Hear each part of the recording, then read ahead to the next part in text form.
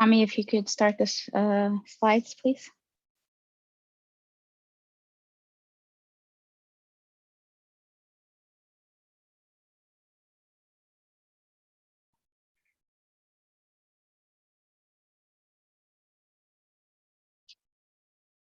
Good afternoon, everyone. Again, thank you for joining us for our final CEP work group session this year.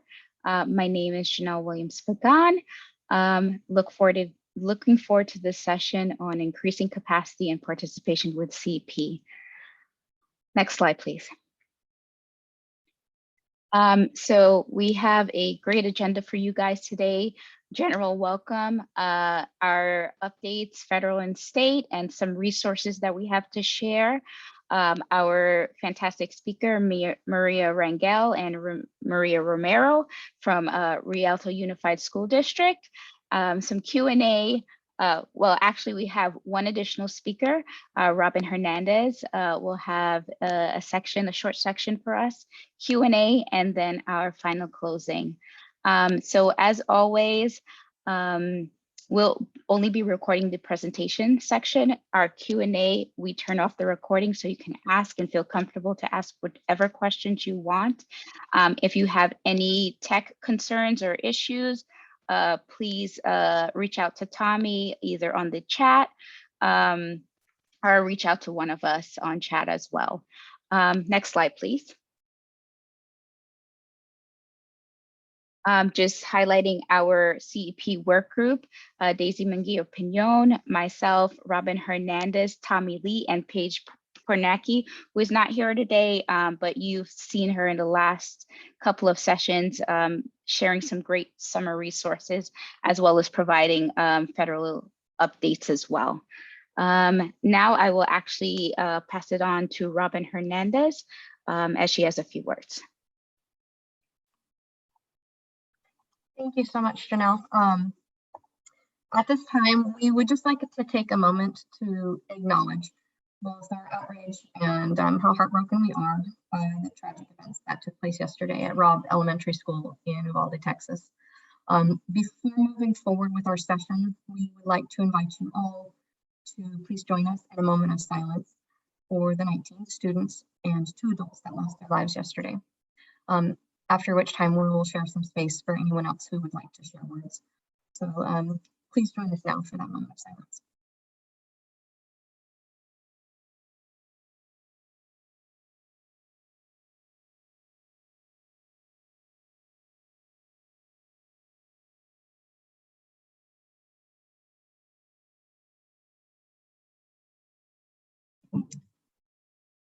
Thank you.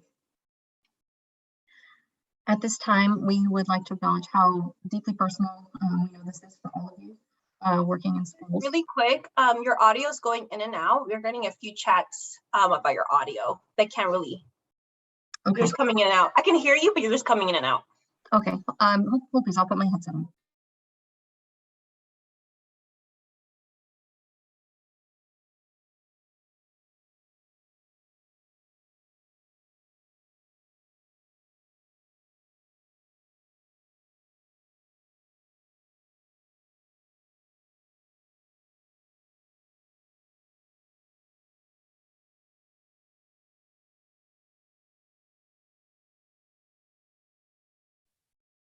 Okay, how about now? Is that better? Much better, Robin. Awesome. Would you guys like me to start over or pick up where I left off?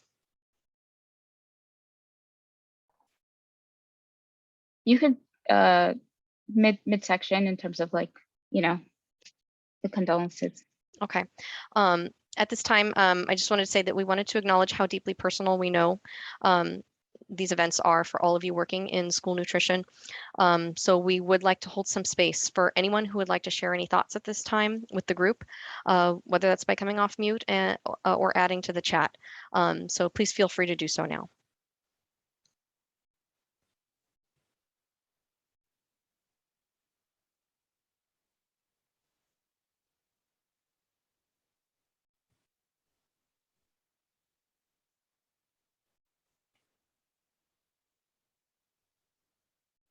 Okay, and if we have no no other feedback at this time. I'm going to go ahead and pass it back to Janelle.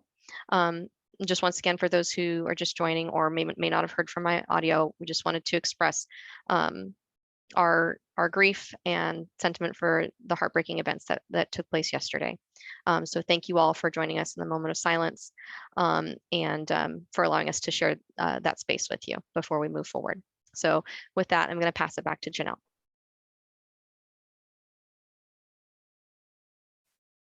Thank you, Robin. Can you pull up the slides? Thank you, Tommy. Next slide, please. So quick update on the USDA waivers. The USDA actually sent out an official memo on area eligibility. It was released on May 12th. After this, I'll send the link to that memo. And then they also extended a few waivers, paid lunch equity, which previously was for schools that had either a positive balance or were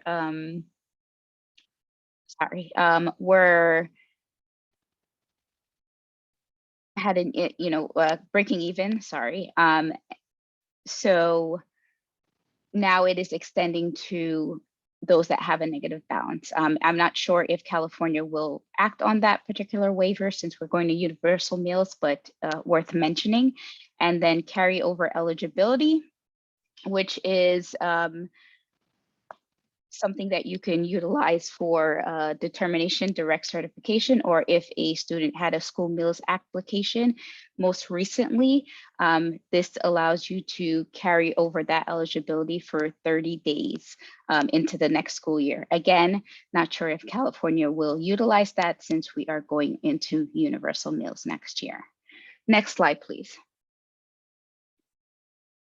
And from the May revise that the governor submitted, I believe on May 13th, there is a proposal out there to up the funds for universal meals, which would carry the total to 1 billion. Again, that's the proposed addition to universal meals. Don't know if that will pass at the full 1 billion. And then a quick update on the school construction projects. That proposal is for 1.4 billion for 2 years, next year and the following school year. Next slide. And just want to share a couple of resources with you guys.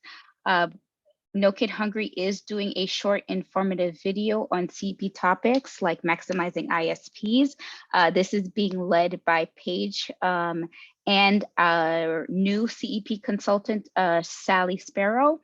All you have to do is register at the CPB website, the Center for Best Practices, and you can get those videos to your inbox. It actually started this Monday, but another way to view it is YouTube. And I'll send that link in the chat after my section. And then to continue our summer series, which is also being led by Paige, they are doing another webinar on June 9th. Regarding summer meals, and then we'll probably have another one in July, which doesn't have a date as of yet, but I will also include the registration information for that as well in the chat. And next slide, please. We're going to do quick 2 poll questions, and this is just to see where you guys are with CEP after we've done these 5 workshops. Can you initiate the first poll, please, Tommy? I'll give you about a minute to answer.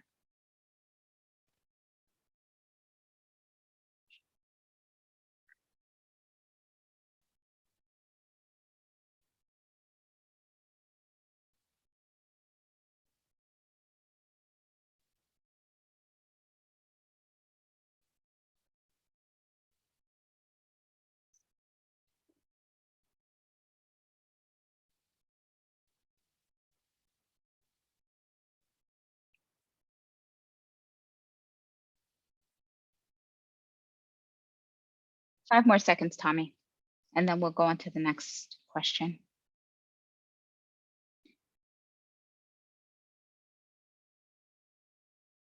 Thank you. Second question, I'm just wanting to know how many schools you guys will transition to CEP this year.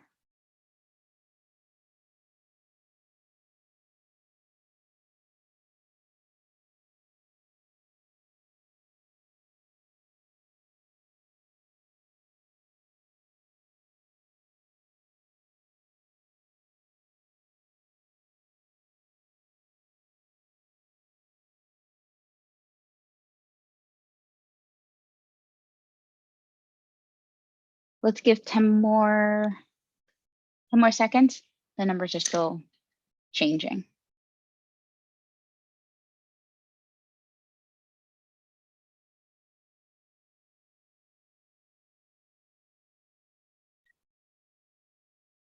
All right, thank you so much for participating. Next slide, please. Now I will pass it on to Robin. Robin, take it away. Thank you so much, Janelle. I'm very pleased to introduce our next speakers to you. They're joining us from Rialto Unified School District. We've got Maria Squared. We have Maria Rangel, Assistant Agent, and Maria Romero, the Statistical Technician. Thank you so much, Maria, for coming and joining to speak to our group today. I know they're going to share some amazing pointers and tips that are going to help you all when it comes to increasing your capacity and increasing your participation now that you have schools going on to CEP. So thank you so much. I'm going to pass it over to you, Maria and Maria. And don't forget to come off mute, please.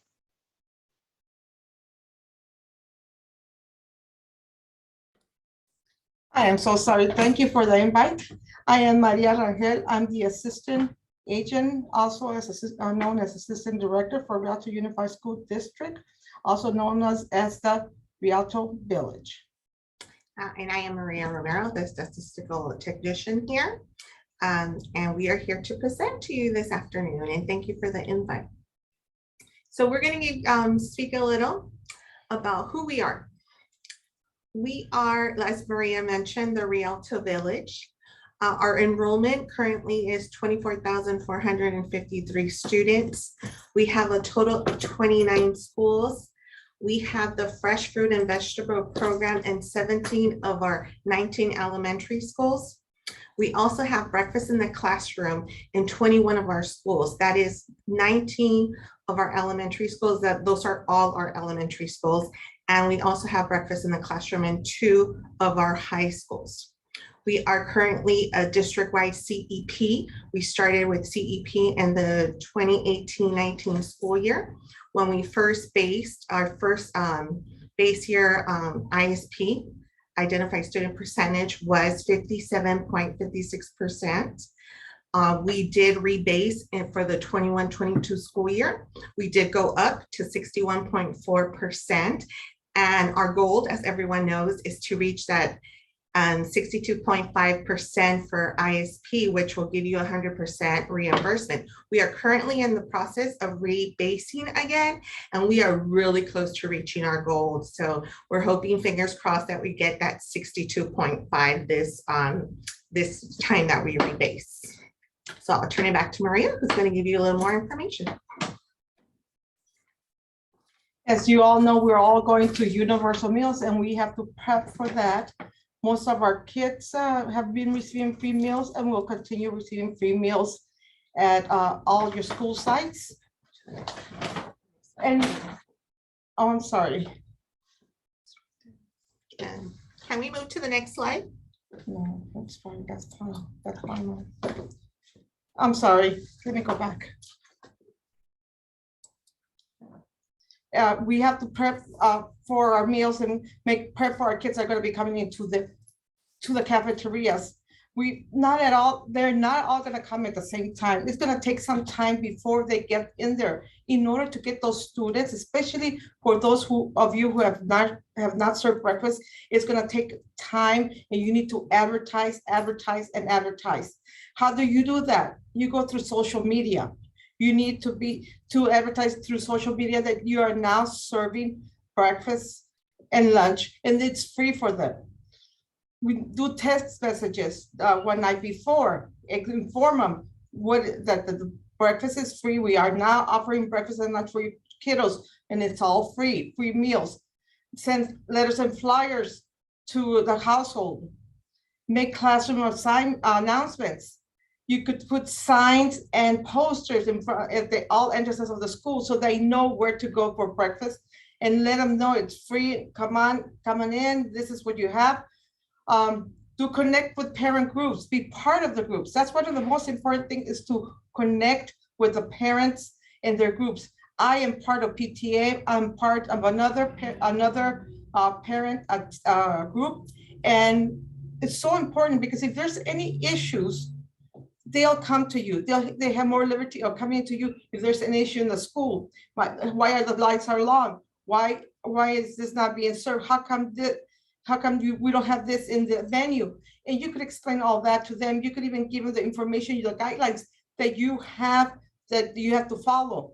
So for me, I am in both of the groups. I'm part of the executive board, which makes it more easier for the parents to feel more free to come and see us, or to see any part of my co-workers here. Build a relationship with ASB. They will let you know what the kids are looking for, what they want. Also build a relationship with the teachers. The teachers will let you know if the kids, there's something wrong with them that they're not taking. Next slide, please. Okay, we continue prepping for the universal meals. The kids are not coming yet, so you need to adjust day by day or how many meals you're going to be serving. They're not, like I said before, they're not going to come all at the same time. It might be you might be looking at adding in the first day at 10% to your meals that you served last year. Well, now with your breakfast, if you haven't had breakfast, it's something you need to make sure that you show them the amount of breakfast will be like maybe half of what you're serving for lunch. Have enough storage for the growing inventory, because your inventory is going to grow because you're going to be having more meals coming in. You need to have more offerings for the students. Have non-perishable items available. Also, just to save money because your expenses are also going to grow, not only your storage for inventory, you need to have use your commodities. Look into the USA Brown Box commodity advertisement every Tuesday and Thursday. We have gotten a lot of things from them with people that do not take their commodities, so we take their commodities for them. Do some scratch cooking. Use DOD. That's the most best thing that we have done, even through pandemic. And now we finish all our funds maybe by December because we are using DOD. The fruit and the vegetables are wonderful. They have strawberries, they have watermelon, they have potatoes, they have a lot of things that you could use for the kids. And it's something that you could get from DOD. Once you have all this information, once you have, you say, okay, so do I have enough employees? Am I going to need more employees? You would start with what you think you need, but then go ahead and adjust to what you need. Do your meal per labor hours. Once you do your meal per labor hours, then you go do your time study and see if those hours are working for you. Next slide. Why did we choose breakfast in the classroom? Or why is it important for everybody just to have breakfast in the classroom? Because all the students participate, which eliminates the stigma of a free meal, especially in the secondary sites. Some students do not want to go into the cafeteria because they don't feel that the people are going to be talking about them. Why? Oh gosh, she's getting free food. Oh my God. And the kids don't want to go in there. So that eliminates a lot of that for them to be able to eat and then have it's more like a family style once they're in the breakfast is in the classroom. It provides a healthy meal to students. It provides a healthy start for the school day. Just like anybody, when we go to meetings, when the teachers go to meetings, when we go to meetings, they always offer continental breakfast. Why not offer it to our students? It benefits the kids, the classroom, and the community. It lessens the behavioral issues to hunger. It can improve student performance and create calmer classroom. My thing is why teachers could go into a classroom, have their coffee, have their Starbucks or any shake, protein shake. They're drinking it, they're eating, and a child may have not have eaten in the last maybe 24 hours. Maybe the last time they had lunch and food was during lunchtime. They didn't have dinner, they go in there. How are they going to concentrate in class if their stomach is talking to them and they cannot hear the teacher? That is one of my things that I believe breakfast in the class should be in all the classrooms, but that's my thought. Next slide. Next slide. Maria's going to talk to you a little bit about some of our data of how well breakfast in the classroom has done for us, how much students are eating in the classroom. The percentage went up higher than what we had as a second chance breakfast. Yes. As Maria mentioned earlier, when you go to Universal Meals or CEP, you are gonna, you think right away you're gonna have hundreds of kids running in to have lunch and breakfast. It takes a while. You're gradually gonna get there. Your numbers will increase, but it'll take a while. It's not gonna happen overnight. That's why you need to advertise. So we're just gonna give you a little data of here at Rialto, when we started our second chance breakfast. What I'm going to take, for example, Eisenhower High School, our regular breakfast in January 2018 was 6,473 breakfasts that we were serving. Once we went to second chance breakfast, it did jump about 3%. And this was per month that I was mentioning. We jumped to 7,115 and by day. So that means we jumped like 14 meals. If we're taking a daily average, we went from serving 405 breakfasts to 419, which we said we did increase. It was a 3% increase. It wasn't a big jump. But when we went to breakfast in the classroom, like I mentioned it before, we do have breakfast in the classroom in 2 of our high schools. We saw a great difference. We went from that 7,115 that we were serving monthly to 36,129 meals. That is a big jump in the month. And if we're basing this on a daily, an average daily participation, we jumped from 419 meals, breakfast meals, to over 2,007 breakfasts. That is like a 1,500 meal difference, which was like a 380% increase. So these students are benefiting from the breakfast in the classroom. Like Maria said, they're going in, they're eating family style, everybody eats, and then they continue. It's early in the morning, and then they continue on with their day. But we did see the jump between regular breakfast to second chance, and then from second chance to breakfast in the classroom. So that's a little data. Just know that it will grow, but it's not going to be overnight. It's going to be gradually a gradually increase. So you do want to promote, and like Maria said, make sure you send out letters, do text messages, mail outs, phone calls. We've done that too, and advertising that there is breakfast now being served in the classroom. Again, breakfast and lunch. Yeah, the breakfast lunch will be served for free, and still a lot of parents would not know that those meals are being served free. But breakfast in the classroom is not easy to implement. It's been a little bit hard, but we need to let the principals and the teachers know, if the kids cannot eat inside the classroom, why can't the teachers eat inside the classroom?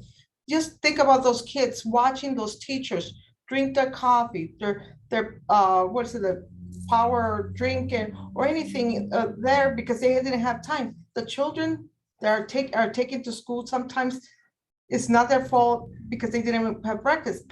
Maybe the parents did not have time to make them breakfast. So it's very important.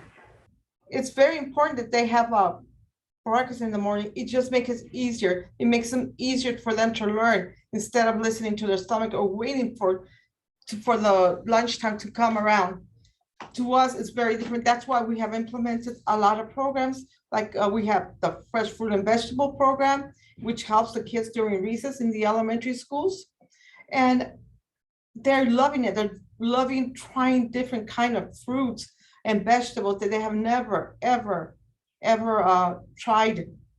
And with the breakfast in the classroom, we had a testimony. You want to tell about your testimony about the student, how come she loved breakfast in the classroom? Yes, we did have a testimony. She mentioned that she loved having breakfast in the classroom because, like we mentioned, it's like a family. You're eating with your family, where before, when they were eating, going in early in the morning before school and eating in the cafeteria by themselves, they were literally by themselves. And, you know, maybe they had a friend who would join them. But pretty much they're eating at their own, you know, at their own time, depending on what time they're being dropped off. And some don't even get a chance to have breakfast because maybe the mom was running late that morning, so they had to miss breakfast. But once we implemented breakfast in the classroom, the kids, they loved it because they were eating with their friends. They're eating with their teacher. That's a big thing for kids, you know, to eat with your teacher, just like when we have incentives, principals have incentives like breakfast with the principal. Children love that.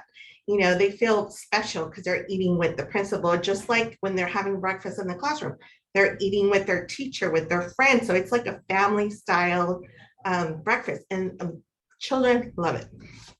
And when another thing, like I said, be part of a parent group.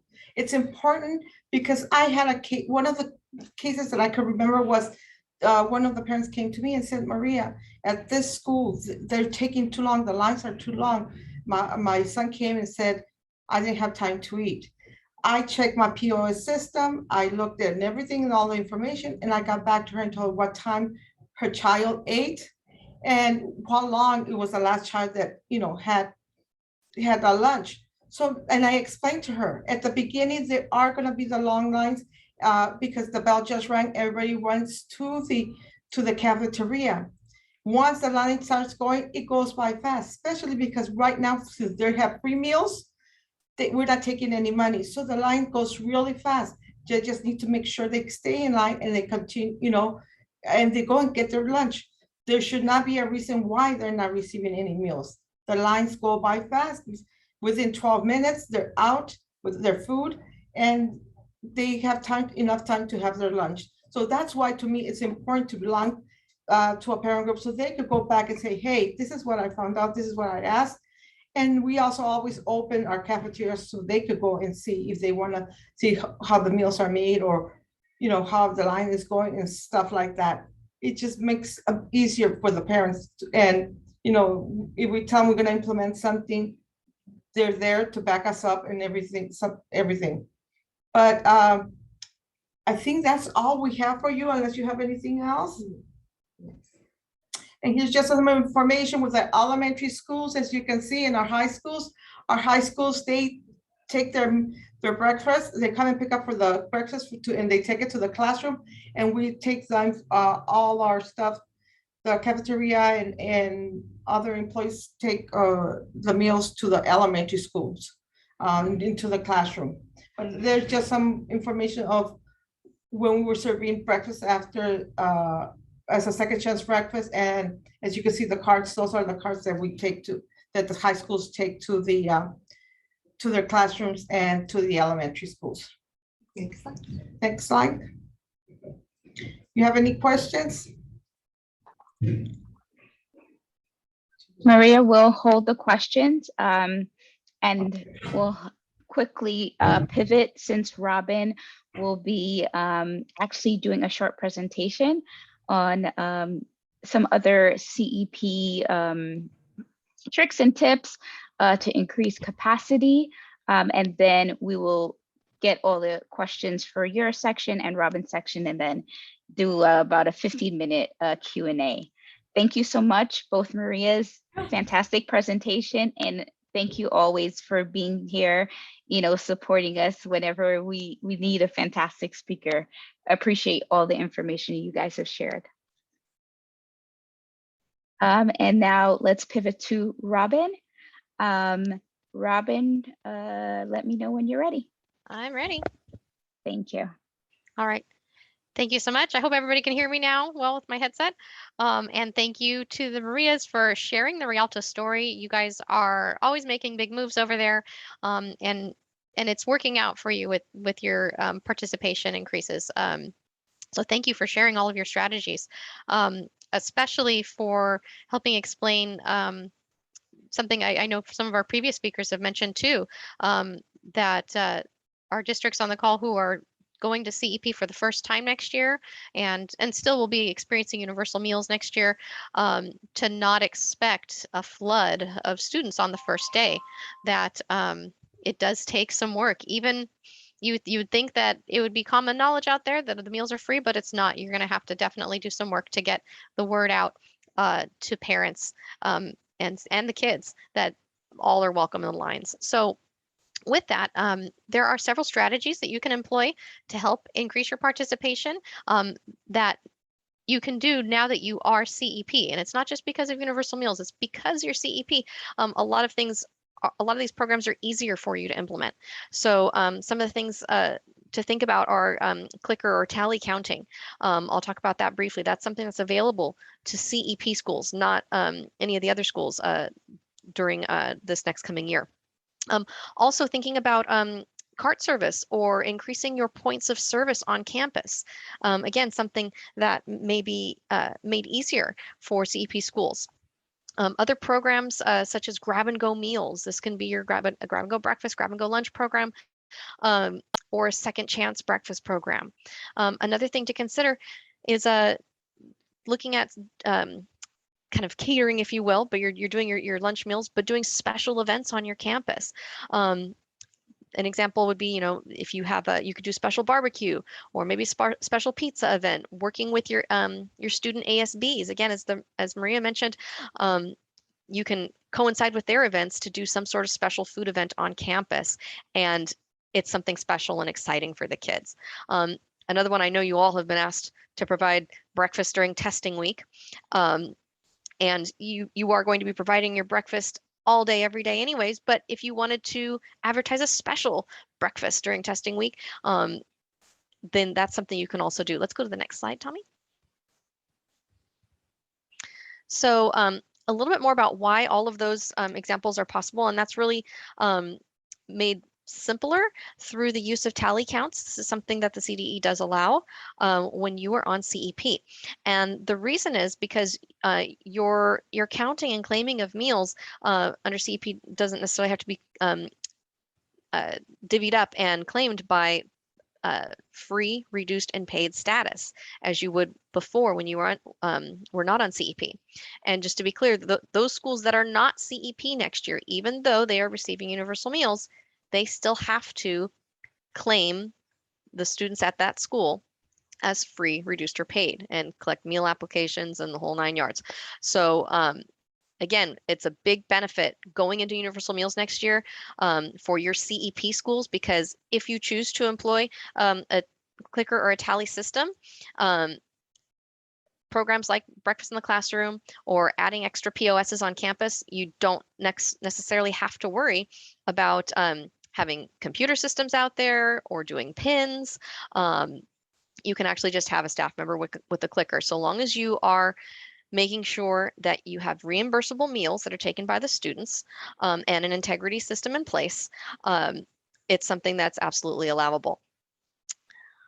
And the big benefit of this, the biggest benefit of all, is that the lines move so much faster. And if I had a nickel for every time at the high school, the number one reason they say they don't want to get the meals is because the lines are too long. They don't have time. Well, you add an extra POS with a staff member with a clicker, and that's an extra 100 meals right there. So imagine if you had several carts or POSs on campus, how many more meals could you serve at a lunch break? Next slide, please. So this is just a fun little chart breakdown I did just to give those of you a kind of an idea who may not know what this looks like in practice, what the big deal is. And we do have some non-nutrition people on the call who wonder, why is this tally counting a big deal? It's a really big deal, because ordinarily you have students come through and they punch their pins in. So if you opt for doing tally counting, which looks a little more like it would at like a summer meal service, you're no longer required to monitor the eligibility at POS. By using the clicker counts. Lines moves faster, you feed more kids per line per staff member. More kids participate because the lines are moving faster. You can add more points of service, and then the staff can focus on monitoring students at the line, monitoring for reimbursable meals rather than focusing on the computers or taking money, all of these things. And when you have that kind of system in place, you can easily add programs like breakfast after the bell, in the classroom, second shift breakfast, grab and go meals, and this just helps further the overall equity of your school meals program, and extra bonus, bigger increases in revenue. Next slide. There's just some pictures of Redlands Unified School District when they were rolling out their breakfast carts. This is just what it looks like in one district. I know there's several others who do this, and they have their second chance breakfast program, and they use the tally clickers over there. And next slide. And with that, I'm actually going to pass it over to Daisy. Daisy, I believe you are handling our Q&A and discussion. Thank you, Robin. So far we have 2 questions